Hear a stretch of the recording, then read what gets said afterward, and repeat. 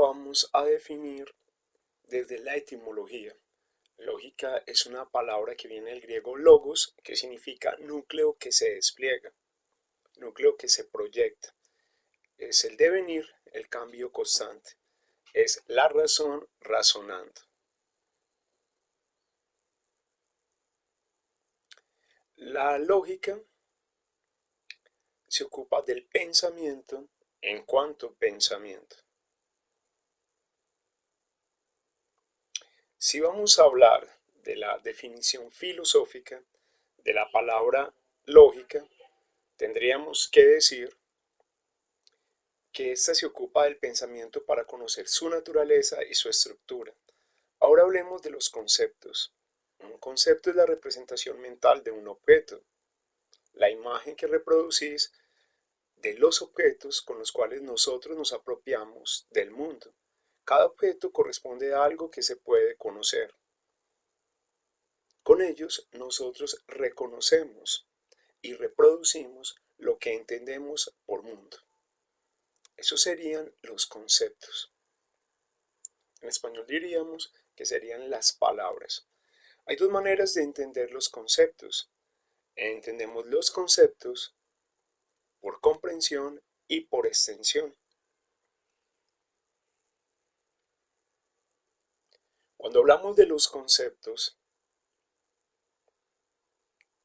por comprensión, nos referimos a todos los objetos en los cuales yo no distingo sus notas esenciales. Es decir, hablo de ellos de manera general. Si digo la mujer, el país o ellos, me refiero a cualquier persona, a cualquier mujer, a cualquier país que pueda ubicar en un territorio o en un mapa, como en este caso, y si hablo de ellos pueden ser cualquier grupo de personas.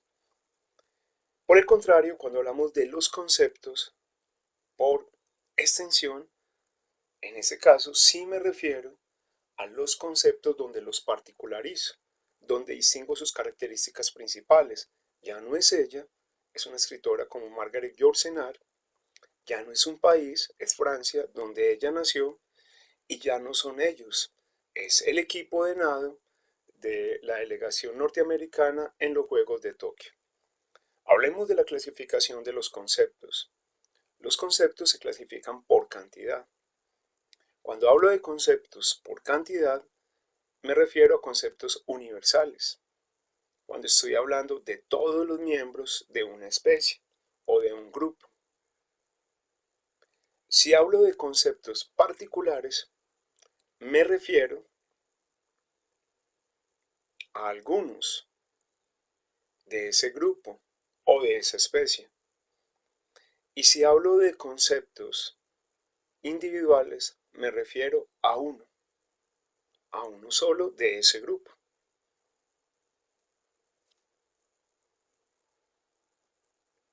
De acuerdo a la percepción, podremos decir que los conceptos se clasifican como claros, cuando no confundo este concepto con otro, cuando puedo hablar de sus características principales sin lugar a una confusión, como el agua. Por el contrario, cuando hablo de conceptos de acuerdo a la percepción y los clasifico como oscuros, es cuando no los distingo, cuando pueden dar lugar a la confusión con otro objeto, cuando su esencia no se distingue con claridad. El bien, el alma y el mal son conceptos oscuros, porque lo que es bueno para una comunidad de acuerdo a sus creencias, características o convenciones políticas no es precisamente bueno para la otra. Puede que ayudar sea bueno en determinadas circunstancias, en otras no tanto. Lo mismo pasa con el mal y el alma. Pregúntele a alguien que entiende por alma y sus concepciones van a ser diferentes. Hablamos por el contrario de conceptos confusos cuando no distingo su esencia ni sus características. Estos conceptos, a diferencia de los oscuros, es cuando un término se refiere a varias acciones, a varios objetos mejor. En este caso, abeja lo puedo confundir con una persona demasiado viva, con una persona ladrona. O Aragán, este objeto de limpieza, con una persona perezosa Hoy en día, Aragán se le dice a una persona muy habilidosa, experta en hacer algo. Otra clasificación de los conceptos, de acuerdo a la percepción, los denominamos como contrarios. Son distintos, no se excluyen, son de la misma categoría, pero no son iguales. Blanco y negro son de la categoría color, claro oscuro de la luz, dulce amargo del sabor. Son contrarios, pero pertenecen a una misma categoría. No se están excluyendo. Por el contrario, de acuerdo a la percepción, también puedo hablar de conceptos contradictorios, que no son de la misma categoría y sí se excluyen mutuamente entre sí. Y para estos conceptos tengo los siguientes ejemplos: amor y odio, que no son de la misma categoría; armonía y caos; y verdadero y falso. Se contradicen entre sí. Hablemos de un juicio.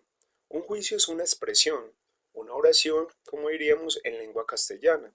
Es un pensamiento en el cual se afirma o se niega algo de alguien o de algo. Si yo digo que María estudia en las noches, estoy afirmando algo de ella. Puede que no sea verdad, pero lo estoy diciendo. Y se simboliza de la siguiente manera. El juicio se compone de sujeto y predicado. Ese, que se refiere al sujeto, en este caso es María; es, con lo que simbolizo la acción, el verbo, que es estudiar; y la P, que responde al predicado, en las noches. Entonces, siempre simbolizo por sujeto, verbo y predicado. Hablemos ahora de la clasificación de los juicios, así como clasificamos a los conceptos. Los juicios se pueden clasificar de acuerdo a la cantidad, y por la cantidad también son universales. Cuando hablo de todas las personas, yo puedo decir todas las personas son buenas y malas al mismo tiempo. Estoy hablando de todos los individuos y lo simbolizo para las tablas lógicas diciendo todo S es P, todo sujeto es predicado, porque estoy hablando de todos.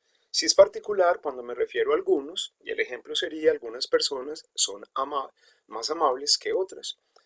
El ejemplo sería, la simbolización sería algún S es P. Y cuando hablo de juicios singulares, puedo decir ella ganó la medalla de oro, ella es el sujeto, la medalla de oro, el predicado, ganó la medalla de oro, y lo simbolizo como S es P. Hablemos de otra clasificación de acuerdo a la cualidad. Un juicio, de acuerdo a la cualidad, puede ser afirmativo, cuando el predicado se afirma del sujeto, es decir, no se niega, no importa si es verdadero o falso. José Montana terminó la carrera. S, que es el sujeto, es P, es la manera de simbolizarlo. Y es negativo, los juicios, cuando se niega el predicado del sujeto, así sea verdadero o falso. Ella no va a competir en natación. Ella es el sujeto, como lo simbolizo, no es P, porque no va a competir. Esa es la simbolización. De acuerdo a la relación entre el sujeto y el predicado, los juicios pueden ser analíticos. Son analíticos cuando el predicado le pertenece a la esencia del sujeto sin condiciones. La esfera es circular, no la puedo concebir de otra manera. Y es sintético cuando el predicado no le pertenece a la esencia del sujeto. Y yo puedo decir, la puerta es marrón. La puerta puede ser verde, puede ser azul, no es de su esencia. En cambio, la esfera sí tiene que ser redonda, porque es de su esencia. Por modalidad, los juicios son apodícticos si hay una relación necesaria entre el sujeto y el predicado. El odio produce estrés, esa relación es necesaria y se simboliza S es forzosamente P. El odio no te puede producir tranquilidad o relajación. Es asertórico cuando el predicado le pertenece al sujeto de hecho, pero no forzosamente, como pasaba arriba. Y puedo decir, Juan es estudiante, porque la relación no es forzosa, porque Juan puede ser mecánico. Y lo simbolizo S es P, sujeto es predicado. Y problemático cuando el predicado es probable que se dé en el sujeto. En este caso, es probable que me quieras mañana, porque es probable que no. Y lo simbolizo, S es probablemente P. Recuerden que S es sujeto y P predicado. Otra clasificación es de acuerdo a la condición entre el sujeto y el predicado, y en este caso son categóricos si el predicado le conviene al sujeto sin condiciones.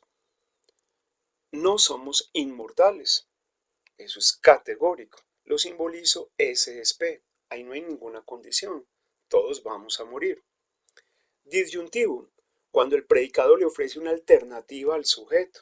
Recuerden que un juicio siempre es una oración.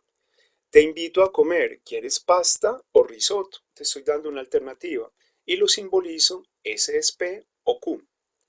Finalmente son hipotéticos cuando la relación del predicado con el sujeto depende de una condición. Si estudias, te irá mejor en la prueba. Lo simbolizo S es P si es Q. Si estudias, te irá mejor en la prueba. Son los juicios de acuerdo a la condición.